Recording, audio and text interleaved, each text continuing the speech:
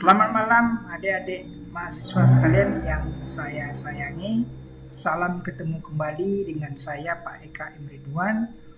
Kita akan kembali melanjutkan perkuliahan kita yang ke-10, yaitu mata kuliah perilaku konsumen. Salam budi luhur. Baik, kita coba ya, kita perhatikan slide di depan Anda. Ini sudah ada slide-nya. Kalau minggu lalu kita sudah membicarakan tentang masalah market analysis, kemudian kita sudah bicara tentang masalah market segmentation. Alangkah baiknya nanti kita akan bicara selanjutnya adalah marketing strategi, ya. Bagaimana itu marketing strategi? Nah, sebenarnya di mata kuliah manajemen pemasaran oleh Pak Ferry Bakti, ya, itu kalau saya nggak salah itu pasti sudah dipelajari semua, ya. Namun saya akan menekankan kembali, setidaknya mengingatkan. Jadi ketika kita sudah mengetahui perilaku konsumen itu seperti apa, karena faktor internal, psikologi, ya, juga faktor-faktor eksternal, lingkungan luar. Nah, langkah selanjutnya ya kita sebagai vendor, bagaimana kita melakukan strategi pemasaran. Beda ya antara kita melakukan selling strategi dengan marketing strategi. Selling strategi itu adalah strategi penjualan, berbeda dengan strategi pemasaran. Strategi penjualan itu hanya menjual produk di pabrik, tapi kalau marketing itu tidak saja di pabrik tapi juga di pasar. Artinya apa? Selling strategi itu hanya mementingkan bagaimana produk dan jasa itu terjual, tanpa memperhatikan bagaimana tingkat, ya, derajat kepuasan konsumen setelahnya.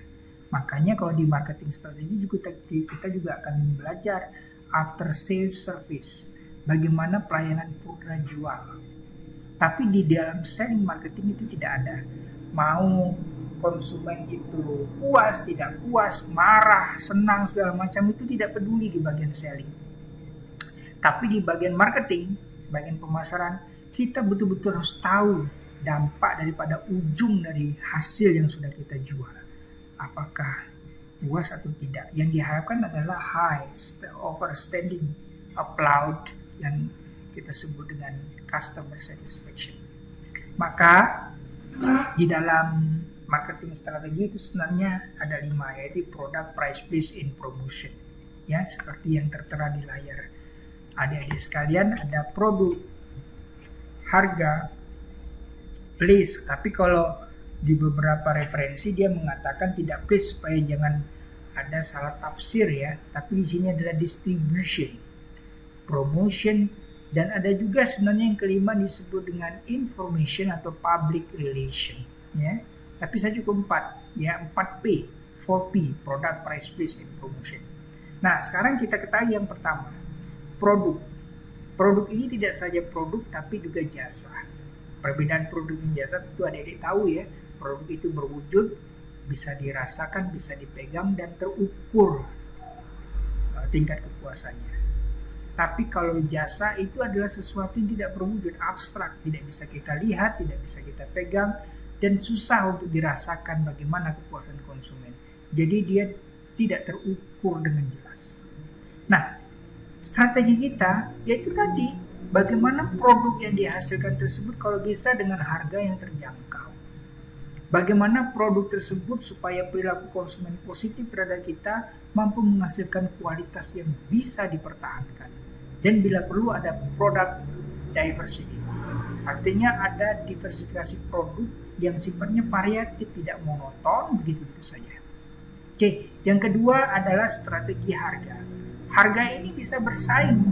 Jangan terlalu rendah juga kita menetapkan harga suatu produk atau jasa sehingga justru membuat kecurigaan, suspicious, customer suspicious, ya, membuat kecurigaan bagi konsumen, ini produk apa, jangan-jangan kualitasnya tidak ada. Nah, ini jangan sampai terjadi. Kemudian place itu distribusi.